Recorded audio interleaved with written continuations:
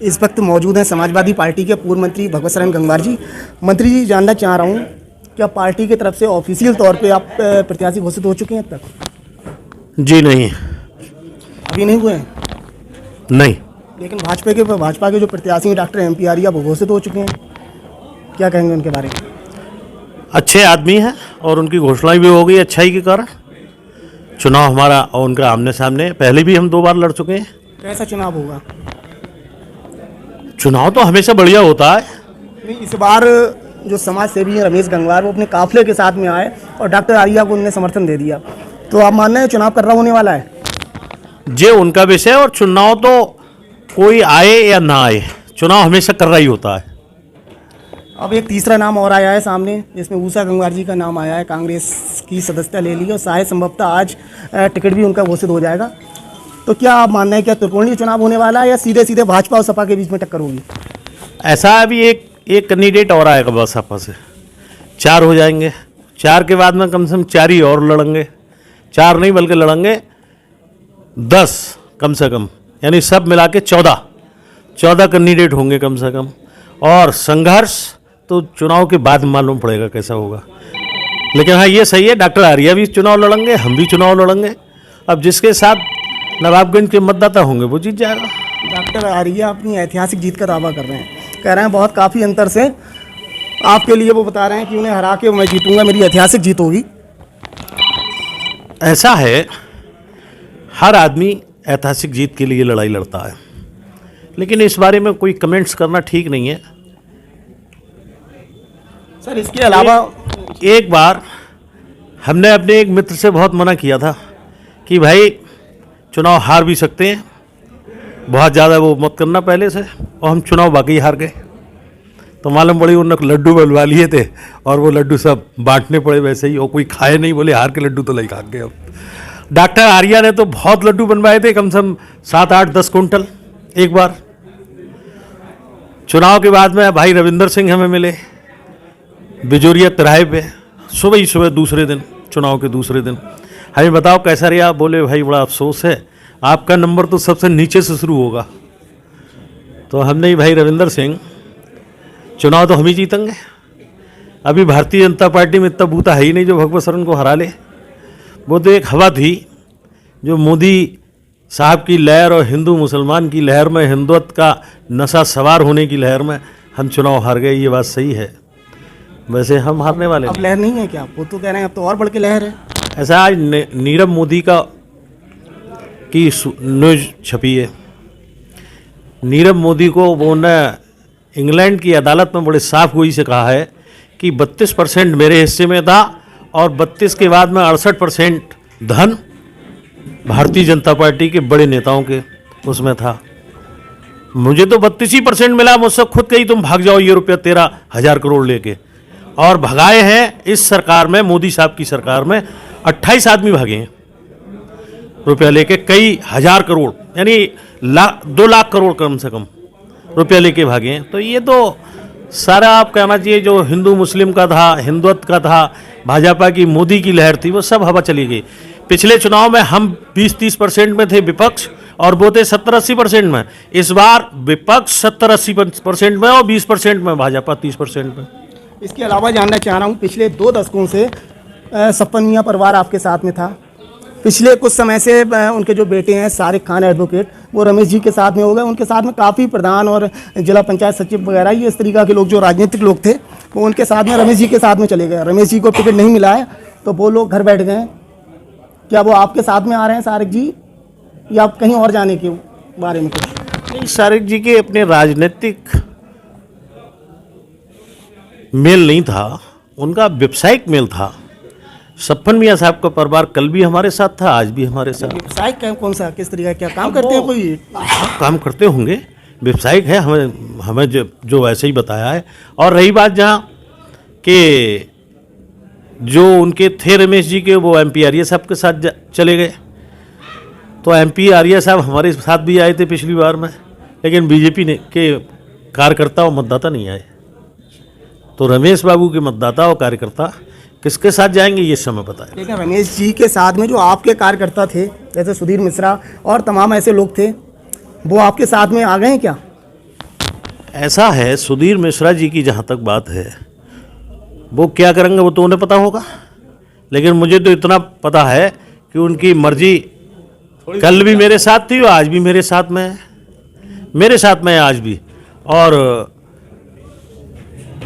कल शाम उनने बुलाया भी था, मैं गया भी था उनके पास, मेरे साथ प्रमुख जी बैठे, ये भी साथ में थे। तो आपके साथ में कब देखने को मिलेंगे वो आपके मंच और पे आपके उन्होंने साथ कल मुझे मालाएं भी पहनाई और बोले हम ये शामिल होने की मालाएं नहीं पहना रहे हैं, आप कुछ जीत की मालाएं पहना रहे हैं। इसके अलावा मैं जानना चाह रहा हूँ, जैसे शिवपाल जी अखिलेश जी का जो गठबंधन हुआ है, तो उसमें यहाँ पे जो नवाबगंज में सैला ताहिर हैं, वो शिवपाल जी की पार्टी से हैं, वो लोग आपके साथ में क्यों नहीं है जब आपका उनका गठबंधन हो चुका है?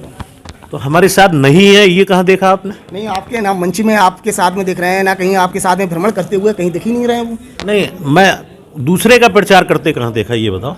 नहीं, तो आपके साथ में भी तो नहीं कर रहे हैं वो। नहीं, हमारे साथ गठबंधन धर्म कहाँ हमारी निभा रहे हैं? जफरुद्दीन साहब की हमारी रोज बात हो रही है उनसे, वो अभी भ्रमण में है दूसरी जगह, वो बड़े नेता हैं भाई। अब वो हमारे यहाँ नवाबगंज में डटेंगे, नॉमिनेशन होगा 21 से 28 तारीख तक, नॉमिनेशन के बाद में सारे लोग हमारे साथ आपके साथ में होंगे। किस तरीके की रणनीति बनाई है आपने जो अभी जो क्षेत्र में निकल रहे हैं? क्या भ्रमण डोर टू डोर घूम रहे हैं, जैसे भारतीय जनता पार्टी जो प्रत्याशी हैं वो डोर टू डोर घूम रहे हैं, आपकी क्या रणनीति है?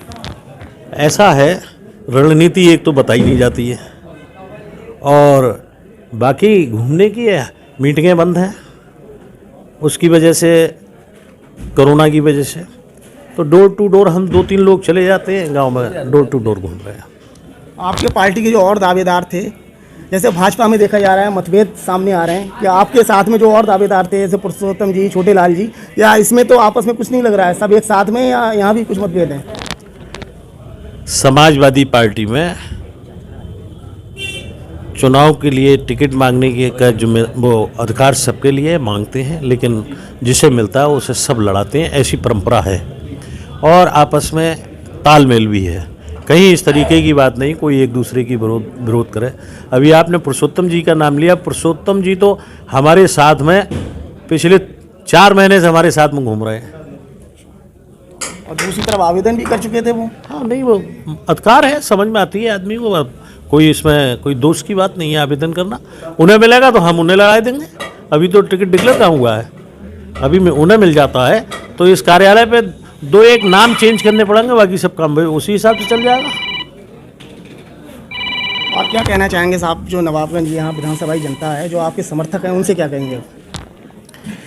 समर्थकों से एक ही बात कहना है, मतदाताओं से एक ही बात कहना है कि इस किसान विरोधी, नौजवान विरोधी, सब व्यापारी विरोधी इस सरकार को उखाड़ के फेंको और उसका परिणाम आज सामने है, सब लोगों की समझ में आ रही है। बात के लिए नवाबगंज की नहीं, पूरे उत्तर प्रदेश की है कि पूरा उत्तर प्रदेश का जनमानस आज भारतीय जनता पार्टी के विरोध में है और विरोध के बाद अकेली समाजवादी पार्टी ही ऐसी है जो सबको साथ लेकर चल सकती है। इसलिए सारे लोग उत्तर प्रदेश के कम से कम 60 से 70% मतदाता समाजवादी पार्टी के साथ में, और रिजल्ट बताएगा।